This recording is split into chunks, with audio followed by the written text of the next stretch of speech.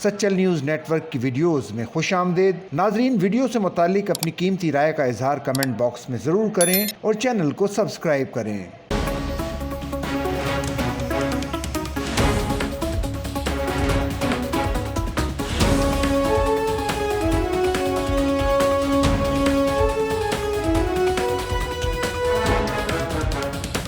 खातून अव्वल और रुकन कौमी असम्बली बीबी आसफा भुट्टो जरदारी की इटली के कौमी दिन की तकरीब में बतौर मेहमान खुसूसी शिरकत। ये तकरीब कौंसल जनरल फेब्रिज यूबियली की जानिब से मुनक्किद की गई। वज़ीर आला सिंध सैयद मुराद अली शाह और पीपल्स पार्टी शोबा ख्वातीन विंग की सदर और रुकन सिंध असम्बली फरियाल तालपुर भी इस मौके पर मौजूद थी।